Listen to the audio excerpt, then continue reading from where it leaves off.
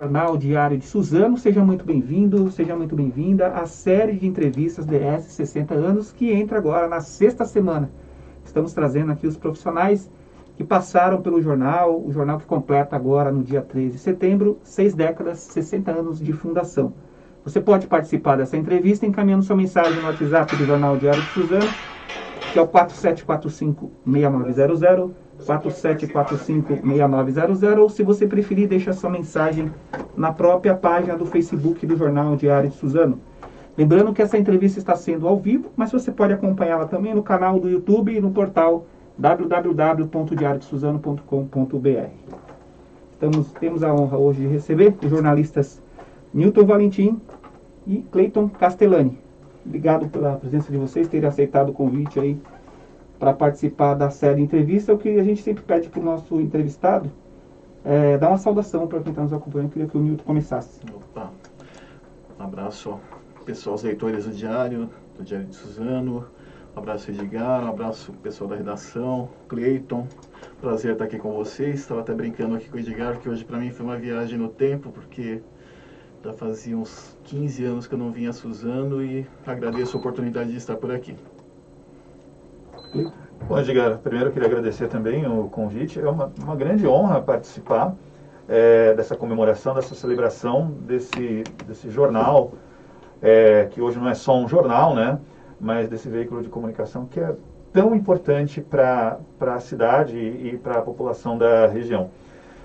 Também saí daqui há 10 anos, trabalhei, o meu último ano aqui foi em 2011, então completando também 10 anos que eu saí daqui e percorri vários outros caminhos e sou muito grato pela minha trajetória aqui no Diário de Suzano. A gente sempre começa perguntando da passagem, como que se iniciou a passagem de vocês aqui no jornal, né? O que vocês estão fazendo hoje, né? O Newton falou que em 95, né, Newton? Eu entrei aqui no final de 94. Pois é, eu entrei em novembro de 94, você entrou em 95. Eu entrei em 95. Você já tinha outra passagem por outros jornais? Não, é o primeiro emprego no jornalismo. Não, eu tinha uma passagem por um jornal chamado, nossa, eu nem me lembro o nome, Folha Dirigida, que era um jornal que cobria concursos públicos, né? Eu entrei quando eu estava no segundo ano de faculdade, aí eu saí de lá, e a minha vinda aqui para Suzano foi até interessante, né? Porque naquela época, 1995, aquele tempo você não tinha internet, né? Uhum. Tinha um negócio chamado Anuário de Mídia, que era uma publicação que saía com os endereços, os contatos de todos os veículos de comunicação, né, do país e tal. E como eu morava em Ribeirão Pires na época, eu comecei a procurar o que fosse perto, né? Comecei a mandar currículo e tal, ligar. E aí eu liguei aqui para Suzano. Na verdade eu não tinha nem feito contato com o DS, era com outro jornal da cidade, na época, e eu vim e a pessoa de lá não me atendeu. Chegou lá, não me atendeu, não sei por que cargas d'água. Aí eu vim na banca o DS, fui lá, bati na porta, me pediram para aguardar. Na época era o Sami, que estava como chefe de reportagem. Diretor de redação, acho que ele é. Isso, exatamente. E a Simone Leone e o Marco Aurélio. Marco Aurélio Sobreiro. E aí me pediram para esperar, fiz um teste e tal. No dia seguinte me chamaram de novo para fazer um teste prático, fazer uma matéria de judô. E no outro dia me ligaram para voltar no jornal. Quando eu cheguei lá, minha matéria estava publicada. Falei, bom, acho que eu passei, né? E aí fui ficando, né? Depois virei editor de esportes. Saí do jornal em 2005. Em 2000. Entrei em 95 e saí em 2000. Tô me confundindo com as datas, tô ficando velho. E saí para ir pro Diário do Grande ABC. E hoje eu tô no Diário do Grande ABC como editor executivo. Ô Cleiton, eu tô errando, muita gente, tô na sexta semana de entrevista aqui já, eu sempre tô errando as datas das pessoas, né? Quando passa aqui eu falo uma data e não é. Às vezes não vou te deixar sozinho, vou errar também. E aí eu queria saber Bom, eu já errei, né? Então... Você começou, foi o seu primeiro emprego no DS, não? Não foi o meu primeiro emprego, mas assim, na verdade eu comecei no finalzinho do período de faculdade, fiz alguns meses de estágio e depois fui contratado, porque já estava encerrando a minha formação. Eu não cheguei tão novinho como muita gente chega aqui. A gente chega aqui antes dos 20 anos de idade, eu já tinha 23, 24 anos já. Porque, na verdade, Ele foi o Marcão que te recebeu. Exatamente, é isso. Eu estava caminhando minha formação acadêmica para ir trabalhar, na verdade, na área de relações públicas, e de repente mudei de ideia, resolvi fazer jornalismo. Já no último ano de faculdade, eu precisava de um estágio, né? E também não era tão assim, apesar de ser já isso, a gente está falando do ano de 2004, 2005, havia internet, mas já não era tudo isso, né, que a gente tinha de se conectar com as pessoas com tanta facilidade, tanto que eu cheguei aqui através de uma vaga do CIEE, que é a Central de Estágios, né. Vim para cá, eu vi o anúncio, era um teste também, e eu não me lembro bem qual era a matéria, mas era para fazer uma matéria sobre um problema local aqui. Eu fui até a prefeitura, tentei falar com o prefeito, e no fim a matéria também foi publicada também. E aí o Marco Aurélio me ligou uma semana depois, falou que gostou muito do teste, Marco Aurélio Sobreira, né? E na ocasião você já era o editor adjunto dele, né? Ele era o editor-chefe. E aí eu fui contratado.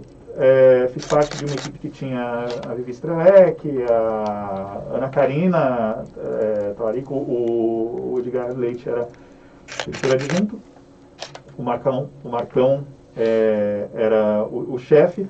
Segui aqui, naquela ocasião, eu sei que muita gente entrou e saiu do jornal também, muito rapidamente eu acabei indo para chefiar a pauta, depois para a editora adjunto. No meio do caminho houve a criação da Rádio Diário de Suzano, a Rádio DS, né, que era esse estúdio aqui, só que em outro local, muito parecido, inclusive.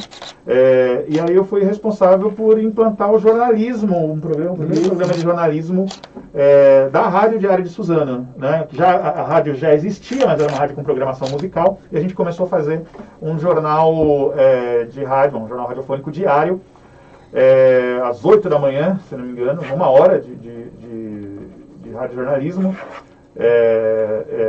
Muita gente legal também trabalhando nisso. Sandra Paulina, que já esteve aqui, a Natasha Araújo, que foi a produtora. Antes dela, a gente teve a Deise Batinga também, que trabalhou com a gente.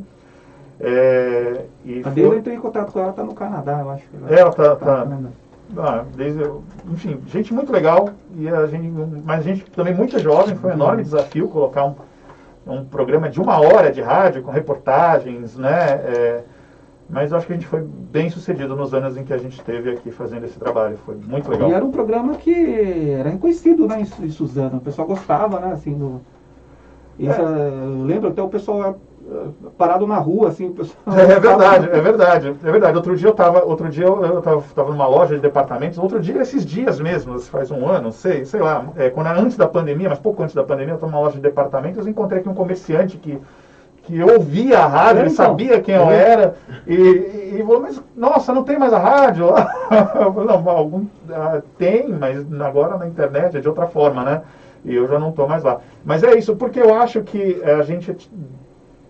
o grande lance da rádio, da programação jornalística da Rádio DS, era dar voz para as pessoas que são da cidade e da região. Então, a programação era toda voltada para isso. Gente que tinha destaque fora daqui, inclusive, jogadores de vôlei que ficaram famosos, mas tinha... Passava por aqui. Passava por aqui. Mas também o futebol amador, o futebol de várzea, tudo, a cobertura das eleições. Eu lembro que a gente chegou a fazer debates aqui, entrevistas. Isso era uma coisa que, como não havia uma emissora de TV local aqui, específica, né? A emissora de TV fica, e nenhuma rádio também aqui, específica, com a força que carregasse o nome da cidade, do jornal, acho que isso realmente foi um período muito gostoso de trabalhar aqui. Não. O Nilton, todo mundo que passou pelo esporte aqui fala do vôlei, né? Você foi editor de esporte aqui do Diário de Suzano. Eu queria que você contasse como que era, na sua época, esses 5 anos que você ficou. Você pegou uma fase bastante legal, uma fase áurea aí do vôlei, ganhava tudo. Sim, né? quando eu comecei era o Repórter Suzano, né? E no ano que eu vim, foi o ano que teve começou a ter o ranqueamento, né? Que a Confederação Brasileira, o Banco do Brasil, repatriou os jogadores brasileiros que estavam fora do país e foi distribuindo por clubes, né? E o Suzano ficou sem, para o Suzano não veio nenhum. Então, na época, o Suzano contratou 2 jogadores russos, né? O Oleg e o Veriushishkin, né? Vieram, tal, depois, no ano, isso foi em 95, se não me engano. No ano seguinte, o Shishkin foi embora, aí veio um americano, o Brian Ive. Depois teve um outro que era da antiga Iugoslávia, né? Que era o Girbik, que esse cara era impressionante. Tá bom de memória, tá Pô, tô bem, nomes. tô me surpreendendo. Ah, Esse cara chegou aqui, ele em poucos dias, cara, ele aprendeu a falar português. Era uma coisa assim impressionante, porque o cara veio, veio lá, né, da antiga Iugoslávia, então chegou aqui, era uma língua completamente diferente. Então o cara, ele se propôs a aprender a falar português, e ele falava, dava entrevista em português. Então era assim, um negócio muito bacana. E detalhe, não tinha internet, né? Não tinha internet. O jornal tinha que estar presente. A gente ia em todos os treinos, ia em treinos, ia, entrevistas diárias, tal, acompanhava assim, sabe, aquela coisa de setorista mesmo, né? De ir no treino, ir no jogo, era muito legal. E pô, vi ganhando tudo, né? E peguei uma época também que nos anos seguintes aí, quando acabou o patrocínio do Papel Report também, que o time foi um time mais modesto, né? E que acabou sendo campeão da Superliga também, né? Que se classificou na Bacia das Almas para os playoffs e chegou classificou em 8º, pegou o primeiro colocado, que era um puta de um timão, ganhou, que era o Olímpicos Campinas na época, ganhou, e aí foi até o título, né? E você lembra assim uma matéria que te marcou, assim, que você falou, puxa, essa daí foi uma coisa que eu não esqueço mais aqui no DS? Teve bastante, cara. Assim, teve uma vez que, logo no meu começo aqui no jornal, a gente, em 95, se não me engano, 96, acho que não sei se 95 ou 96, você falou que estava com a memória boa, já foi, né? A gente ganhou, a Federação Paulista de Vôlei fez um concurso de cobertura e tal, escolheu os melhores, lá a gente ganhou como melhor cobertura, né? Foi sensacional. O prêmio foi uma viagem para Nova York, né? Na época o Rodrigo Teixeira, que era o editor de esportes, foi para lá e tal. Eu tava começando, né, no jornalismo diário, eu tava na faculdade ainda, foi um negócio tão legal de ganhar um prêmio, né? O que mais que eu lembro? Foi a equipe toda, né? A equipe do jornal. A equipe ganhou, exatamente. Foi o conjunto da obra, né? A equipe de esportes éramos eu, o Rodrigo e o Franchieri, que é Franchieri Rodrigues. Veio na entrevista também, né? Que eu vi, acho que vi nas redes sociais. E foi isso, marcou bastante, né? Teve, acho que um ano, não sei se no ano seguinte ou um pouco mais pra frente, o Newton Fukuda ganhou na Superliga, né? Ele ganhou como melhor foto da Superliga, foi interessante também. Eu me lembro de uma matéria que a gente levou o Gilson Mão de Pilão estava aqui, e aí a gente descobriu que na infância dele foi engraxate, a gente levou o engraxate da praça lá para Fizemos uma matéria dele com engraxate lá, isso me lembrou bastante. E tem aqui também, Edgar, você falou de marcar. Não, vamos marcar aqui, vamos deixar aqui. Eu trouxe até o meu... Esse aqui é de 95, eu acho. Acho que um pouco mais pra frente, que eu já era editora. Eu já era editora, então... Não tem a data, mas Não tem data, mas tem o meu crachá. Tem 21 anos esse aqui, eu vou mostrar aqui, ó. Peraí, Isabela, ajuda aí. Tá certinho. Crachá do jornal aqui, ó. De 21 anos atrás. Eu tenho esse crachá também. Olha. Acho que o que eu tenho é antigo também. Provavelmente eu tenho o meu também, em algum lugar também. E uma das coisas que eu lembro também, desculpa até tomar um pouco mais de tempo na resposta, a gente fez uma vez um jogo da equipe de reportagem, fizemos um jogo de futebol contra o pessoal da prefeitura, né, o pessoal do esportes da prefeitura, então, lógico, não precisa nem dizer que a gente foi massacrado, né? E na época, o jogo foi aqui no Suzanão, e ia jogar o Zac na época, né, contra o Aparecida. E quem treinava o Aparecida era o Dadá Maravilha, né? Aí a gente fez um churrasco lá, e aí eu tenho essa foto em casa, cara, eu esqueci de trazer, se eu tinha trazido. E nessa foto, cara, a gente tirando foto com o Dadá Maravilha, E ele falava assim: pode vir, meu povo, não é todo dia que vocês têm um rei entre vocês. E é folclórico do jeito que ele é. Parava no ar, é o único jogador que parava no ar. E na foto que eu tenho, é muito legal porque estamos eu, o Rodrigo, ele e acho que o Nardinho, que era secretário de esportes aqui. É o secretário. É o secretário atual. E atrás, né, na foto, estava o Giovanni, né, o Giovanni Gávio do vôlei, que ele apareceu lá. Então, a gente tinha acabado de ser contratado do Suzano, ele apareceu, então tá o Giovanni lá de fundo, lá, sabe? E o Dada Maravilha centralizando as atenções. Aí, pô, o Giovanni é campeão olímpico, né?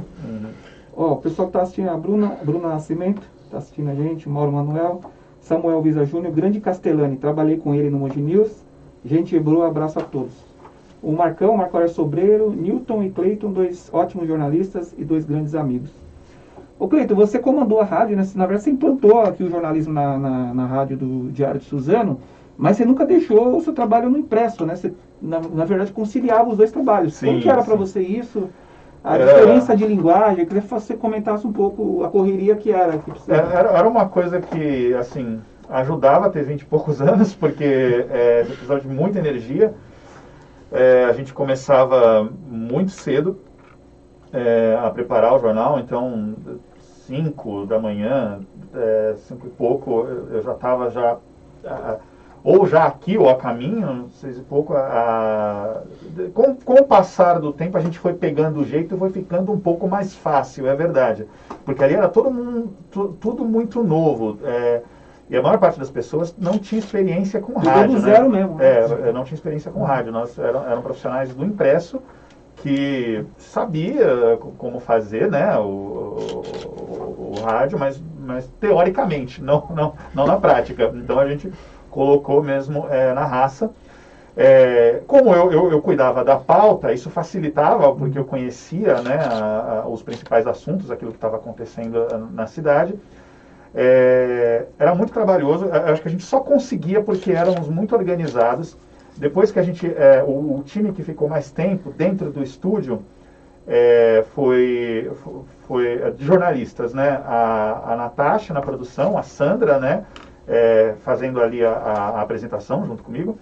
E a gente tinha as pessoas que operavam também a rádio, que era o coração onde funcionava. Então tinha o Gil Oliveira, o Leandro Gomes mais para frente. No meio do caminho a gente teve a Débora Gonçalves, que está na CBN, inclusive, agora. Essas pessoas, teve também o Aislan Bueno, um grande amigo meu, inclusive. Essas pessoas, o conhecimento que elas tinham da parte técnica ajudava muito também a gente conseguir colocar a parte de jornalismo de pé e fluía muito bem.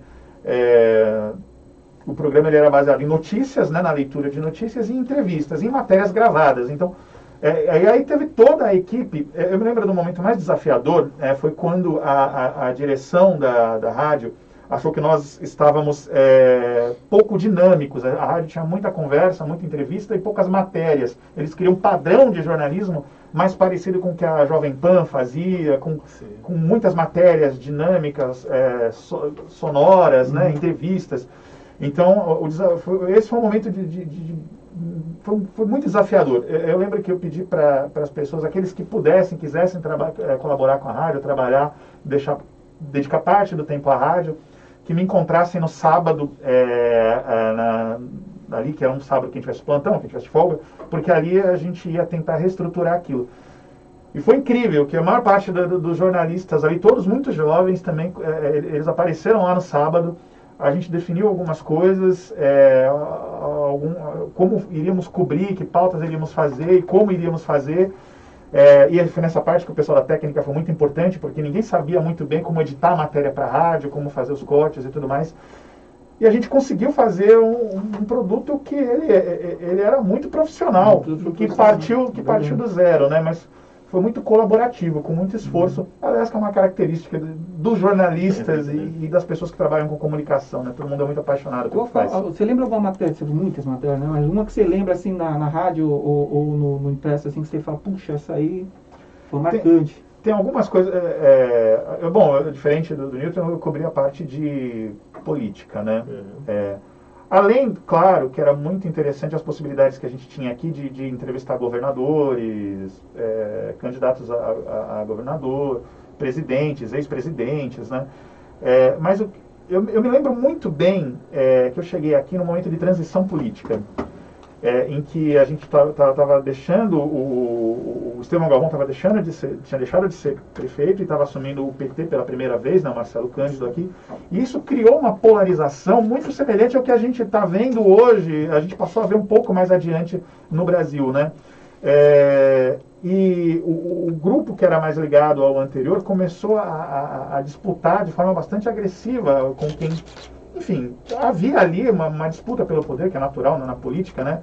Uma coisa muito interessante é que o prefeito decidiu reformar aqui essa rua, que é a continuação daqui, a Rua Tiradentes, se não me engano, num determinado período. Ele resolveu implantar ali naquela rua um modelo de cidade que a Suzano tinha um calçamento defasado na época, então ele resolveu transformar ali, começar a fazer uma transformação que até combinou com a reforma da Praça Cidade das Flores, né, que era também um terrão ali, e hoje é uma praça bonita, não passei lá agora, né, faz 10 anos que eu não vou lá, mas era pelo menos quando eu saí daqui. O Paço Municipal. Isso, a inauguração dessa rua, dessa primeira etapa ali, deflagrou uma disputa entre as pessoas, quase uma batalha campal mesmo. As pessoas partiram para cima umas das outras e as mulheres deram os braços para evitar da o floreira, confronto. Né? Também a época da floreira. Era qualquer coisa que se fazia, o prefeito tinha uma visão de um governo mais à esquerda ou mais progressista e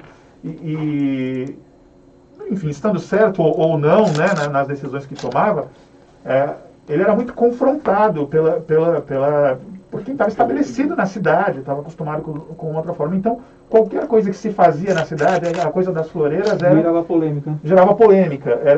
A coisa das floreiras, a ideia era liberar a rua para transformar num calçadão de pedestres. E isso, claro, gerou um enorme protesto dos comerciantes. Então, eu lembro dessa situação de que toda matéria, qualquer cobertura de Câmara, qualquer inauguração, ela virava, na verdade, uma grande disputa política, e a cobertura acabava virando sobre isso, sobre esses confrontos que, às vezes, quase físicos, né? Então, tudo isso era muito interessante. Mas eu queria só contar uma outra que foi muito interessante, que é bem rápida. Uma vez eu estava aqui na redação, me ligou um dono de um açougue, de uma região rural aqui de Suzano, para denunciar que estavam roubando gado e abatendo gado na área rural aqui de Suzano e vendendo a carne fresca para a população mais pobre. E eu não tinha nenhum elemento disso, ele me contou como é que era. Só mais ou menos em que lugar que era. Eu peguei, num sábado de plantão, peguei meu carro mesmo, não podia ir com o carro do jornal, porque ia me identificar lá, eu fui procurar, achei o lugar. Eu falei, eu vou comprar essa carne aqui para levar lá na vigilância sanitária para mostrar que está acontecendo isso. Quando eu cheguei lá, eu vi que o meu perfil não era o perfil das pessoas que compravam lá. Eu cheguei lá com o cara da quadrilha lá, né, que vendia a carne, e aí eu falei, amigo, eu tô perdido aqui, como é que eu faço para ir para tal lugar? E nisso o fotógrafo que foi comigo, agora eu não me lembro se era o André ou se era o Irineu Júnior, eu tô na dúvida agora de quem era o repórter fotográfico. Ele ficou dentro do carro fazendo as fotos. Com base nisso, a gente conseguiu levar para a Vigilância em Saúde, e ali a Vigilância em Saúde conseguiu desmontar, a gente publicou, né, mas conseguiu desbaratar todo esse esquema de roubo de gado, venda ilegal de carne, crime contra a saúde pública. Eu acho que isso não é uma coisa grandiosa, mas é uma coisa que mostra como é importante a atuação de um... E o trabalho, né? Do trabalho do jornalismo local, do jornalismo local, das pessoas que estão ali que... Sim. Uma história que podia ser banal, mas estava fazendo mal, podia fazer mal para as pessoas. Exatamente. Está criando um problema pontual, né? Essa é uma característica muito legal do jornalismo regional. Exatamente. Muito presente na prestação de serviço. Ô, Nilton, depois que você saiu do Diário Suzano, eu queria que você contasse a sua trajetória. Você está hoje, esse editor executivo do Diário Grande ABC, né? Isso. Nosso amigo Evaldo Novellini. E eu queria que você falasse também que você fez parte do Rally dos Sertões, né? Não como competidor, mas como cobertura. Né? Eu fui em 2000 e... Comecei a ter contato com o pessoal que fazia assessoria do Rally. E aí eu tinha acertado para ir para cobrir para o Diário em 2003. Só que Você já estava no Diário? já estava no Diário. Só que aí o que aconteceu? Eu tive um acidente, eu quebrei o ombro, né? Então não pude ir. O médico falou de jeito nenhum. O médico que cuidava de mim, o Dr. Fábio Nove, tinha um irmão dele que era piloto de quadriciclo. Falou, pô, já tenho que socorrer o meu irmão, vou ter que te socorrer também? Falei, de jeito nenhum, você não vai não. Aí não pude ir. Aí em 2004 eu trabalhava no Diário na parte da tarde, de manhã eu trabalhava para a assessoria de imprensa, que era a Vipcom, que cuidava da conta do Rally dos Sertões. Aí falei, bom, esse ano eu vou, né? Tá tudo certo, vamos lá. Só que aí, cara, alguém tinha que ficar aqui para tocar o escritório, né? Falei, pô, e como aquele ano ia de Goiânia a Fortaleza. E aí a gente pegou, na assessoria, a gente pegou um freela para fazer pegamos um job lá para o lançamento de um pneu, né, de rally. Falei, pô, vai até lá então, e você vai de Goiânia a Palmas, que você ia largar na sexta, você chega lá no domingo, você pega o avião e vai embora. Na segunda você está aqui para tocar o escritório. Beleza, né? Saí eu de casa com uma mochilinha e fui embora. E aquele tempo a gente levava mais ou menos uns 70 jornalistas e um ônibus, sabe, lotado. A gente levava a imprensa do Brasil inteiro, né? A gente saía ali do estádio do Pacaembu. Aí no meio do caminho, o Ricardo Ribeiro, que era o dono da agência, me ligou. Falou, meu, tava pensando aqui, cara, você não quer ir até o fim? Resultado, eu saí da minha casa, eu tava de férias do jornal, eu saí da minha casa para ficar 3 dias fora, eu fiquei 21 dias na estrada, né? A minha filha era pequenininha na época, eu voltei e fiquei 21 dias. Foi uma experiência assim muito louca, né? Aí depois fui 2004, 2005, aí depois nunca mais. Aí eu voltei em 2016, fiz 2016, que foi Goiânia a Palmas, né? E depois fiz 2017, que foi de Goiânia até Bonito, no Mato Grosso do Sul. E é uma experiência, assim, fantástica, né? Porque eu falo que né, em tempos normais, você reclama de comida, você reclama de cama ruim, você reclama de um monte de coisa. Aí você tá lá, você tem que dormir em qualquer lugar, você tem que comer o que tem, porque no rally é assim, a hora que dá para comer, você come, porque depois você não sabe se vai dar para comer de novo, né? Se deu para tomar banho, toma banho ali, porque depois você não sabe se vai chegar, porque às vezes você sai e tá tudo certo, você tá tudo programado, você vai sair daqui, você vai chegar em 5 horas na próxima cidade. Às vezes você não chega. Quantos dias que dura o rally? Olha, a primeira vez que eu fui, eram quase 10 mil quilômetros, durava 15 dias. Agora está durando em torno de 10 dias, né, de trabalho, né? Mas você chega antes, né? E também no Nordeste tem um rally que tem um ano que ele sai do Ceará para o Piauí, ele chama Será Pió. E no ano seguinte ele vai do Piauí para o Ceará, ele chama Pió Será. Eu fiz 4 anos, trabalhei 4 anos. E esse nome mesmo, Pió Será? É, Pió Será e Será Pió. Eu fiz 4 anos assessoria de imprensa para eles e fiz o livro, né? Trabalhei no livro dos 30 anos, né? do Rally. 5 anos atrás, que agora o ano que vem eles fazem 35 anos. Né?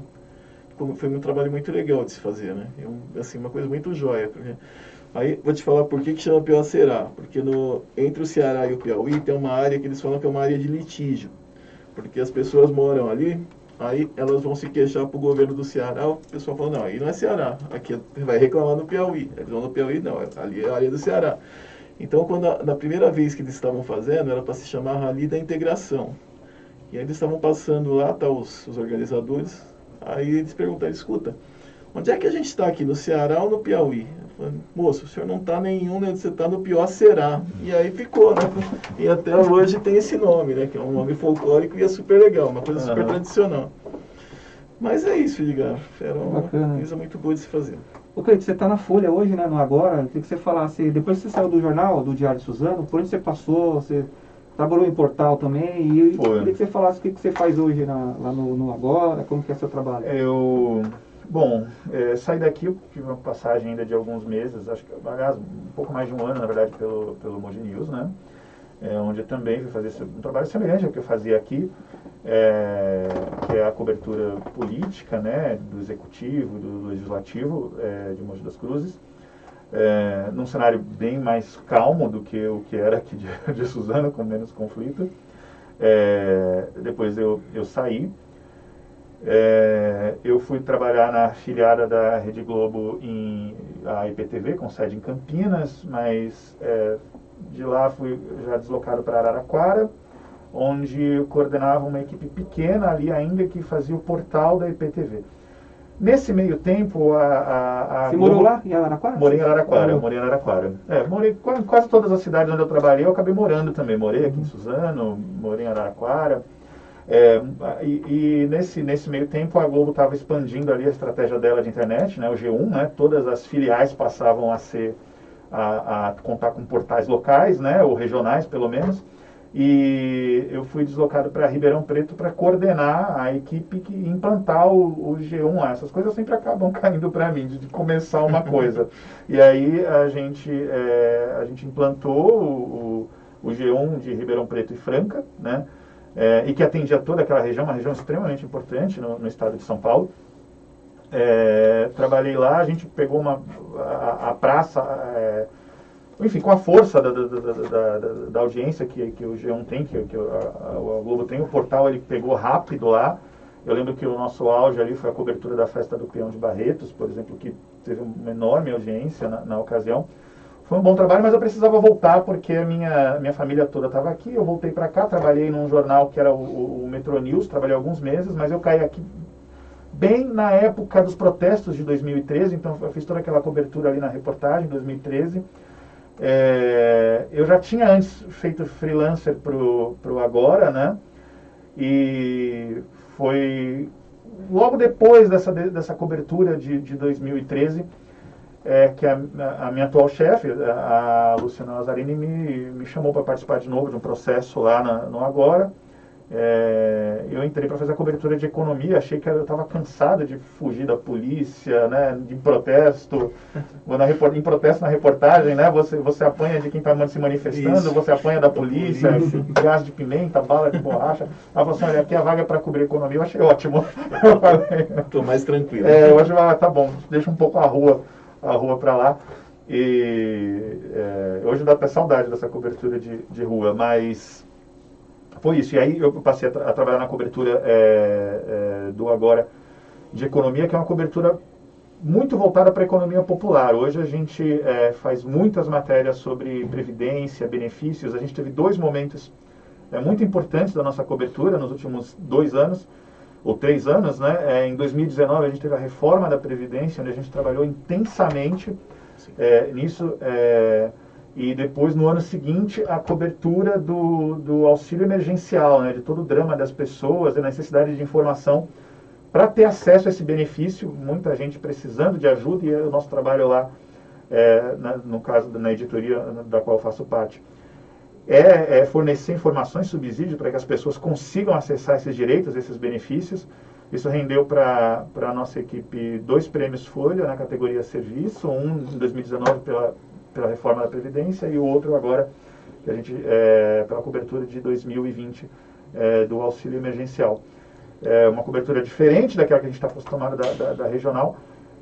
O Agora hoje ele está muito mais integrado à Folha, como se fosse uma editoria, mas ele ainda ele é um jornal que, com boa vendagem em banca, é o jornal mais vendido em banca no estado de São Paulo. E tem também essa característica regional também, porque a gente está falando de um jornal que é focado na capital paulista, né, no estado de São Paulo. Então, a maior parte da minha vida lá eu trabalhei com economia, mas também fiz coberturas, a cobertura de São Paulo, né, da cidade de São Paulo, e o aprendizado no jornalismo regional fundamental para que desse certo, né. Eu queria perguntar para vocês, né, como que vocês estão vendo as mudanças hoje no jornal impresso com esse mundo digital hoje que está, né? Para onde que vai caminhar o impresso? Eu queria que... Começa com o Newton. Essa é a pergunta de $1 milhão. Sua opinião. Mas olha, assim, eu acho que o jornal de papel, né, o jornal impresso, acho que nunca vai acabar, né? Porque ainda tem um peso muito grande e sempre vai ter, né? o grande desafio é aprender a usar as tecnologias aí, né? É fazer a diferença, né? Continuar sendo relevante, né? Porque dar notícia simplesmente, você já sai furado no dia seguinte, né? Você sai furado minutos depois, né? Porque a internet já o fato que aconteceu agora, daqui 10 minutos já está bombando no celular, já tem um monte de gente falando e tudo mais. O grande desafio é achar uma forma de ser relevante, não sei se com comentários, com um ângulo diferente da notícia, algo que venha fazer a diferença na vida daquela pessoa que se dispõe a ir lá na banca ainda ou pagar por uma assinatura para receber em casa, né? Lá no Diário a gente começou, né, há um bom tempo atrás aí com a questão com o WhatsApp da redação, né? Isso foi, sei lá, 2013, não vou me lembrar a data. Mas quando a gente começou, foi um negócio muito legal, né? Porque a gente começou a divulgar o WhatsApp da redação e a primeira notícia que a gente deu, né, que veio por WhatsApp, foi assim, era uma senhora que morava em frente a uma praça, e aquela praça, todos os anos, há não sei quantos anos, tinha um busto lá e roubaram o busto. Então ela mandou por WhatsApp pra gente, mandou uma foto e ela falou, olha, roubaram, né, a praça tá ad eternum aí, sem o busto e tal. A gente fez uma matéria. Então assim, era o tipo de matéria que, se eu passasse lá, você passasse, você nunca ia notar, você podia até notar que estava faltando um busto, mas você ia passar e ir embora. Agora, quem mora ali teve um canal para mandar, né? E assim, e aí a gente usou o WhatsApp muito, sabe, para trabalhar, né? A gente conseguiu uma matéria foram duas matérias que foram muito especiais para a gente, né? E a implantação, o trabalho com o WhatsApp lá eu centralizava em mim, né? Então era muito legal de fazer, porque o primeiro foi assim, a gente viu um morador de rua que chamou atenção porque o cara morava num lugar ali, ele cuidava da área que ele estava, ele tinha uma barraquinha de camping, ele tinha os cachorros dele ali e tal. Aí a repórter foi lá entrevistar. Quando ela entrevistou, o cara era de uma cidade chamada Buriti Bravo, no interior do Maranhão. A gente fez a matéria, publicou no domingo, e a secretária de comunicação da cidade tinha o Google Alert, né, com o nome da cidade. Bateu lá para ela, começou gente de Buriti Bravo, de tudo quanto é lugar do país, entrar em contato com o jornal. Aí, resultado, a gente chegou na família dele, por WhatsApp, sabe, trocando mensagem e tal. E ele era criado por uma tia, que era professora, vereadora da cidade, professora aposentada, vereadora da cidade, e tinha uma prima dele lá, que era tenente da Marinha, tal, da Aeronáutica, e estava lá. Aí eu mandei uma mensagem para ela, falei, pô, faz um cartaz, ele chamava Simão, né? Manda aí estamos com saudade e tal. Ela mandou, a gente foi lá na noite e levou a foto para ele. Quando ele viu, ele falou, pô, eu quero voltar. Só que eu só volto se eu levar meus cachorros. A gente fez uma campanha, sabe, Edgar? A gente começou uma campanha para arrecadar fundos para levar o Simão embora, cara. Puta, olha, deu trabalho, já foi, até que a Record entrou na história, aí conseguimos o dinheiro lá e tal, e ele foi embora, né? O Simão tá morando lá até hoje. E uma outra foi o seguinte, rapidinho, senão eu vou falar tudo direto aqui. Eu estava na redação no comecinho da noite, um cara me liga, fala, na época que estava tendo aqueles refugiados, sabe, que iam do Paquistão para entrar na Europa pela Grécia, né? O cara me liga e fala assim, olha, tem dois brasileiros, pai e filho, que estão lá na ilha de Kos, na Grécia, recebendo os refugiados, né? E os dois são de Santo André. Falei, pô, mas você tem contato? Tenho. Eu passei a madrugada inteira trocando mensagens com eles, cara. A gente fez uma matéria linda, sabe, do trabalho deles lá, né? E depois, passou um tempo, teve um seminário no Google sobre isso, eu levei essas duas histórias. Foi muito tocante para nós tudo isso. Então, assim, foi uma forma da gente usar a tecnologia que a gente tinha na época em benefício do jornal, né? Então, é uma coisa que a gente vai ter que aprender, né? Para se manter relevante. Vai ter que agregar, né? Vai ter que agregar uma coisa na outra. Né, Cleiton? O que você acha aí Eu acho que o jornal impresso ele vai existir enquanto houver hábito, enquanto as pessoas, uma parte considerável de pessoas, sustentar o hábito de comprar, de pagar por essa informação em papel, né? Você é a favor que se pague pelo consumo da notícia? Olha, se eu pudesse, se eu encontrasse um meio, se o jornalismo profissional encontrasse um meio de subsistir sem precisar cobrar pelo que faz, mas a gente vive num mundo onde todo mundo cobra por tudo que faz. É difícil você imaginar uma atividade econômica se sustentar sem que ela receba por isso. Então, hoje o desafio do jornal impresso, ainda há uma quantidade de leitores que são aculturados a ler o jornal impresso, e que estão dispostos a pagar por isso, né? Mesmo que não seja a informação mais atualizada ou que no decorrer do dia outras coisas vão acontecer, mas o jornal impresso ele tem esse papel de dar agenda de discussões locais, nacionais e de documentar isso. Então, nesse sentido, eu acho que ele não acaba. Agora, o quanto ele vai continuar circulando e o quanto ele ainda vai ser um veículo de massa, de informação de massa, né? Talvez não por muito mais tempo, considerando que o papel é muito caro, considerando que a distribuição é muito cara, considerando que você tem muitos outros concorrentes no negócio de informação, de comunicação, e hoje até os políticos são nossos concorrentes, né? Você faz um trabalho com bastante critério para colocar alguma coisa numa página de jornal ou de internet, de um veículo oficial, e alguém que tem acesso à tecnologia consegue disseminar informações que não são nem verdadeiras, com muita facilidade e com muita eficiência também. Mas o negócio do jornal impresso, ele vai continuar existindo enquanto tiver gente disposta a pagar por ele vai continuar existindo ainda como uma forma, eu acho, de documentação, talvez com uma distribuição muito mais limitada. Agora, não vai ser nem de perto aquilo que eu vi no começo, e eu já peguei um período de transição, eu já comecei a minha carreira num período de transição, né? Então, quem trabalhou antes de mim já viu o jornal impresso numa situação ainda onde ele era absoluto, né? O que vai... Agora, por outro lado, o jornalismo profissional, esse sim está se mostrando cada vez mais relevante. Agora nós estamos mais necessário e mais relevante. Aqui a gente tem a técnica de se apurar, de se verificar, cruzar informações, comparar e levar para o público aquilo que é o mais próximo da verdade que você conseguiu chegar, né?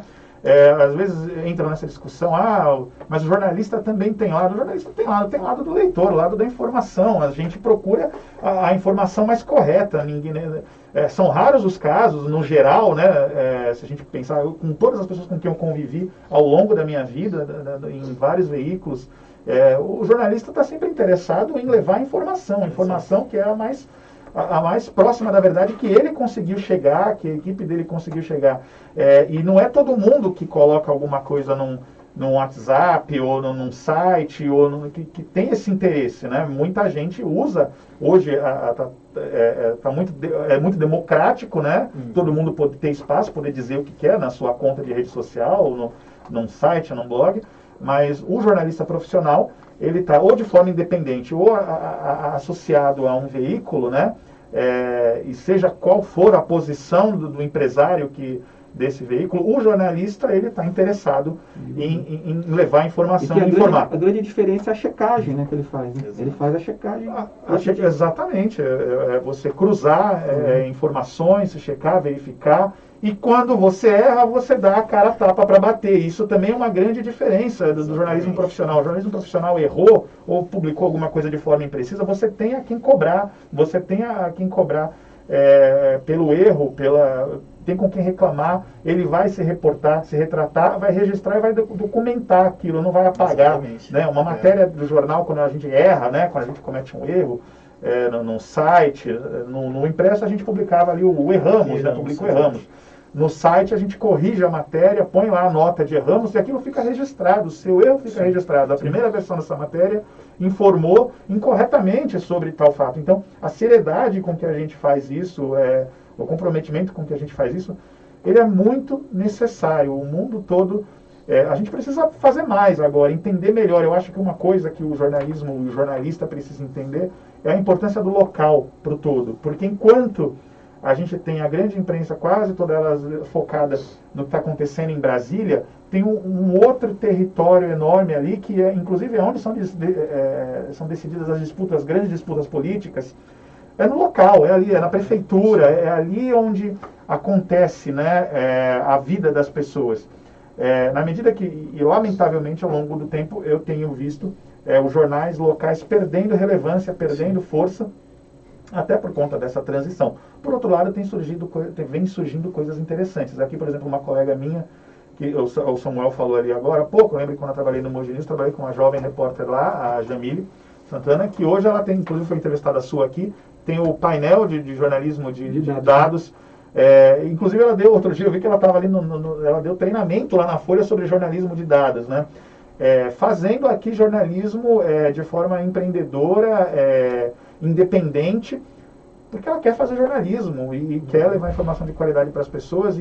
Então tem isso, se por um lado o jornal impresso ele vai tendo dificuldade, o jornalismo ele se mostra cada vez mais relevante e vai achando outros caminhos. O jornalismo nunca vai acabar, né? Independentemente das plataformas que ele usar para praticar o seu exercício, né? Nunca vai acabar. Pode sofrer, mas não acaba. Assim, incomoda. Sofre. Incomoda. A gente está entrando na primeira hora das 4 horas de entrevista que nós vamos ter daqui para frente. O Cleiton está trabalhando. Eu falei, eu vou ali e já volto. A gente já está terminando, estamos caminhando para o encerramento. A Natália de Oliveira Ramos disse assim, ó, me mandou uma mensagem.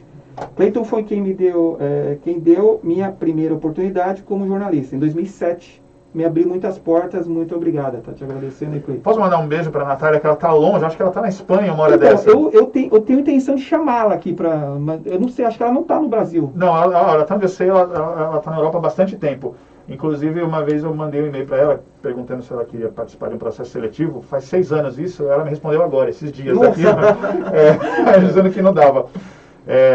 Natália, desculpa até não ter citado no nome de todas as pessoas com quem eu trabalhei, Natália, Ramon, Daniel, muita gente legal, mas a Natália era uma menina que trabalhava na área comercial do jornal, estudava jornalismo e perguntou uma vez para mim se ela... que era o sonho, ela disse que era o sonho dela, né? Trabalhar com jornalismo. Eu falei, se é seu sonho, então vem pra cá. Vamos tentar, vamos tentar. E aí ela foi ótima no período que trabalhou com a gente, uma menina talentosa. Inclusive ela está colaborando, me parece, com reportagens para o UOL.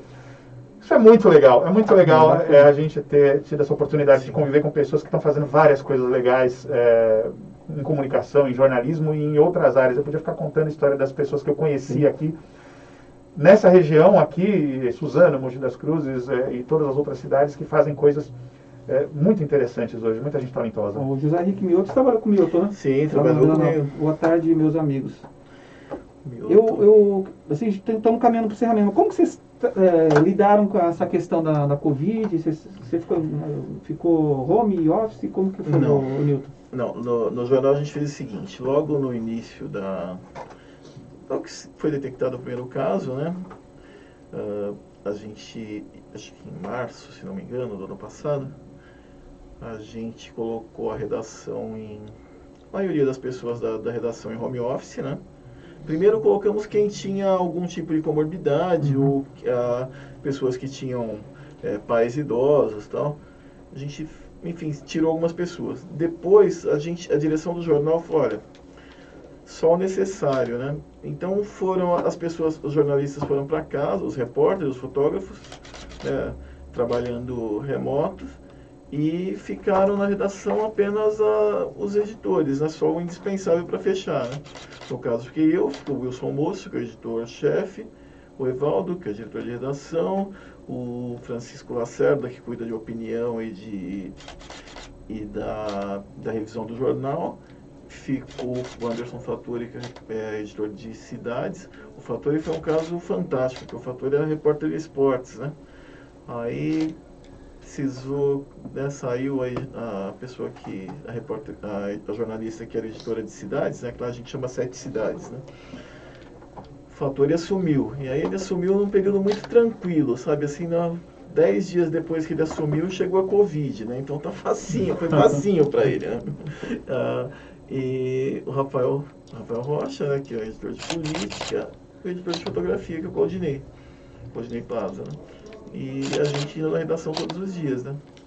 e o restante do pessoal, paginação, tal, todo mundo de casa. Depois a gente começou a trazer algumas pessoas para a redação. Hoje a gente está com bastante gente já.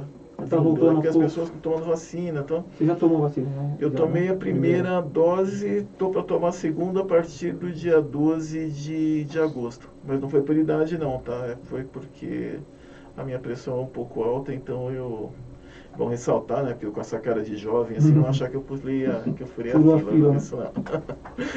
E lá pro dia 12 eu devo tomar a segunda da AstraZeneca.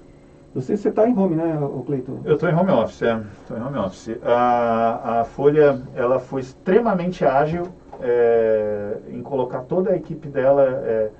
Bom, houve duas etapas do home office, né, da implantação do home office lá. Enfim, trabalho na reportagem, não participo dessas decisões, mas eu me lembro que a parte da reportagem de cotidiano especializada em cobertura de saúde, né? Eu acho que foi uma matéria, inclusive, da Cláudia Colucci, que é a repórter especial que cobre essa parte. Ela foi acompanhar uma reunião de uma junta de hospitais aqui, de dirigentes de hospitais, que já previam, já no começo de março, previam uma catástrofe quase do tamanho da que realmente aconteceu, que a catástrofe que aconteceu no Brasil, ela é muito maior do que qualquer um poderia imaginar, né?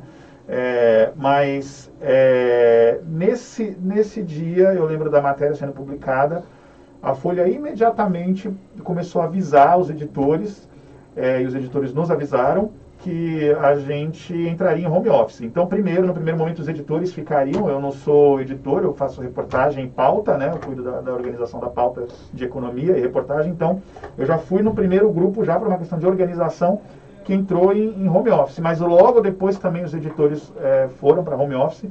E hoje, a Folha, o Agora, toda aquela operação que é gigantesca, ela está 100%, ou quase isso, sendo realizada de casa, foi muito rápido esse processo, nunca tínhamos feito.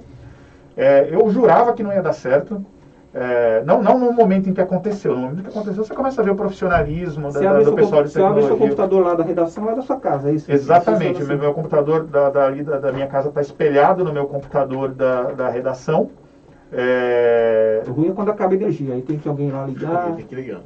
Aí teve o pessoal da tecnologia fica lá, né, na redação. E a redação ficou uma coisa que é curiosa no primeiro momento. Eu já fui trabalhar algumas vezes, o duro estar de home office, sei lá, você tem algum problema em casa, né, brigou com a mulher, você tem que ficar lá, né. Então, tem alguma... uma reforma no vizinho, você está lá em casa. Em algumas dessas situações, faltou luz, sei lá, no meu bairro, eu acabei indo trabalhar na redação. E trabalhei sozinho numa redação enorme, assim, do espaço físico, né, do ponto de vista onde você está acostumado a ver centenas de pessoas. Eu fui a única pessoa, num dos finais de semana que eu fui, teve a cobertura presencial das eleições, assim, no dia da eleição, no fechamento da eleição, foi todo mundo, né? Ou quase todo mundo seguindo o máximo de protocolos, mas o pessoal que estava de plantão foi. E foi nesse ano e meio, foi o único momento em que eu vi as pessoas que trabalham comigo ali pessoalmente, a maior parte delas. No mais, a gente se fala, faz reunião e conversa por aplicativo de comunicação. E o dia que eu trabalhei lá, trabalhei sozinho. É triste, né? Uma redação é um lugar muito vivo, né? Exato. Mas, por outro lado, é impressionante pensar na capacidade que a gente tem de se adaptar. E como jornalista é uma raça resistente mesmo, né? Não só a gente, né? Porque tem muita gente, na verdade, que precisou se adaptar e trabalhar em condições adversas. A Natália te respondeu aqui, Cleiton me entregou com atraso na resposta. Acho que é o e-mail que você falou. Tá na Holanda. Abraços aqui da Holanda, tá na Holanda. Vamos ver se a gente consegue fazer via Instagram a entrevista, vamos tentar depois. Né? Pois é, mas essa questão de adaptação, eu conversei outro dia com uma colega, uma moça, ela foi nossa estagiária, ela foi na redação outro dia, e ela estava me falando, ela está trabalhando numa empresa de cosméticos, né, coordenando o marketing lá. Ela falou que no primeiro dia, ela foi, acho que no primeiro dia de trabalho dela na empresa, ela chegou lá Entrou de manhã para trabalhar, quando chegou na hora do almoço, falaram para ela, então, a partir de amanhã, home office, leva o seu computador para casa que você vai trabalhar de lá. Ou seja, ela está há 2 anos, né, há 1 ano e pouco na empresa, ela foi na empresa uma vez só, trabalhou meio período. A minha filha está estagiando, minha filha começou um estágio recentemente, ela trocou de estágio durante a pandemia. A minha filha não sabe onde que é a empresa, nunca foi lá. Todo o processo de contratação, de testes, de entrevistas, de tudo mais foi feito, sabe, online, né? E não foi nem para levar documentos, né? Os documentos foram, não sei como, não sei se... Vivemos outro cenário, né? Realmente, exatamente. Gente, queria muito agradecer vocês aqui, a gente está encerrando, que até o Cleiton precisa voltar e agradecer a sua chefe ter te liberado aí, agradece ela depois. Agradeço, sim. Queria agradecer vocês. Eu não podia mentir, não podia falar que estava indo ao médico, porque isso está... Não, mas você está te vendo aqui, ó. Então, tem a prova aprovada. Queria agradecer muito vocês, é um bate-papo sensacional aqui, não é uma entrevista, é um bate-papo, né? Podia ficar várias horas aqui, né? Mas queria agradecer do fundo do coração mesmo vocês terem vindo. Obrigado mesmo. Eu queria que vocês deixassem uma mensagem final aí para a gente encerrar a nossa conversa. Bom, posso ir primeiro, Cleiton? Claro que sim. Opa, vamos lá. Olha, para mim hoje, Edgar, foi um prazer muito grande vir aqui. Fiquei muito feliz quando eu recebi o seu convite, sabe? Vindo para cá hoje, eu vim, né? Eu moro em São Caetano, né? Nesse período de lá aqui deu para vir lembrando como é que era a minha jornada para cá todos os dias, né? Foi sabe, uma recordação muito legal, assim. Fiquei muito feliz mesmo. Queria agradecer ao Diário de Suzano por ter aberto as portas para mim aí, numa época que eu estava ainda na faculdade e tal, ter proporcionado o aprendizado que eu tive aí, isso foi muito importante para consolidar uma base aí.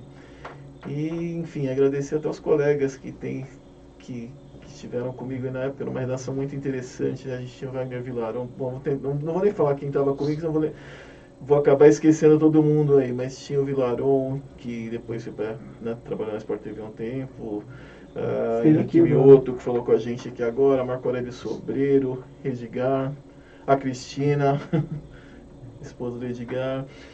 Pô, nossa, tem gente demais boa, né? Aí, não vou parar por aí. Quem eu não lembrei, me desculpem, mas sintam-se agradecidos. Eu fico com a impressão de que 90% dos jornalistas que estão aqui na região e foram para fora aí, passaram aqui pelo jornal. A impressão que eu tenho, né? Muita gente boa, né, que passou por aqui.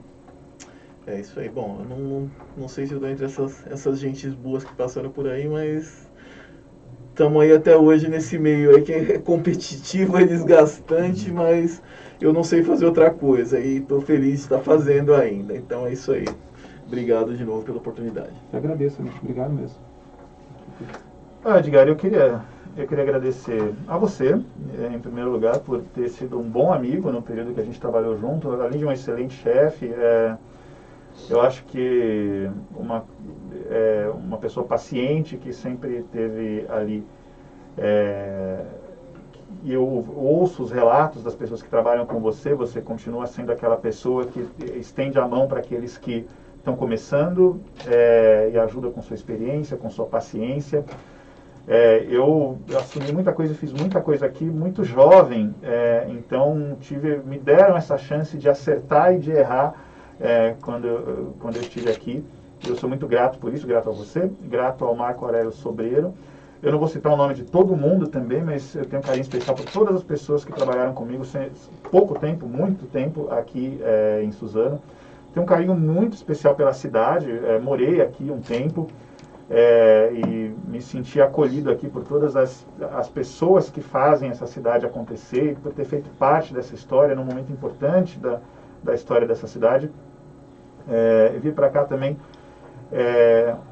Eu acho que eu gostaria de pedir para que as pessoas que são de Suzano e para todo mundo que da região, que valorize muito o seu jornal local. Eu acho que o jornal local, o jornalismo regional, o jornalista que trabalha aqui, ele é aquele que ajuda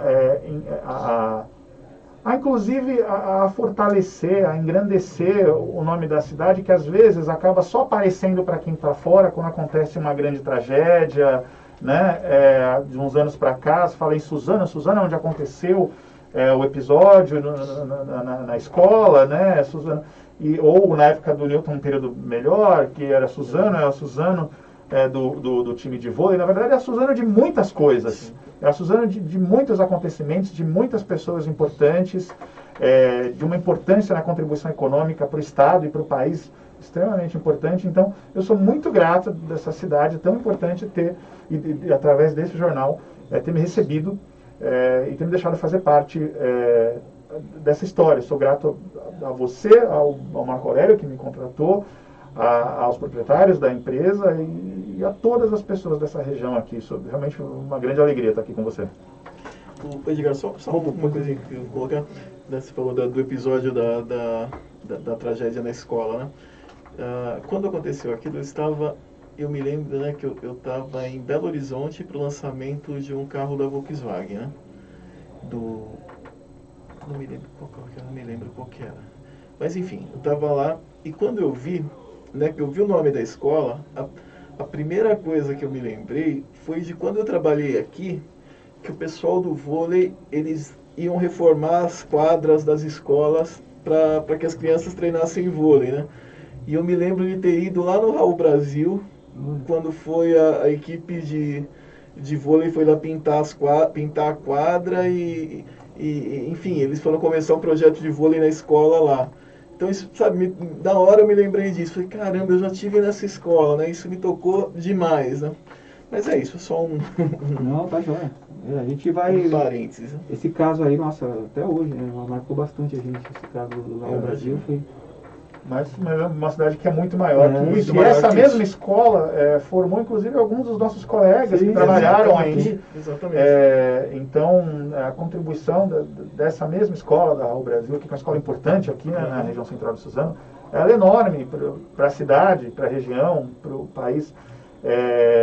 E essas boas histórias, essas histórias importantes que acontecem aqui, elas só são contadas porque você está aqui, sua equipe está aqui, continuam fazendo jornalismo local. Eu acho que isso é muito legal.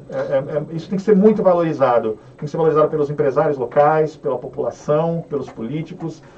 Ter um veículo de imprensa de 6 décadas na cidade é realmente um motivo de orgulho. Exatamente. Tá certo. Agradeço mais uma vez vocês. Obrigado mesmo, viu? E as portas estão abertas aqui, olha. Se vocês quiserem vir aí passar para Suzano, toma um café aqui de novo, tá bom? Obrigado mais uma vez. Obrigado. Obrigado, Edgar. Queria agradecer você, amigo internauta, que participou conosco dessa entrevista. Continue nos acompanhando aí durante a semana e até o próximo vídeo.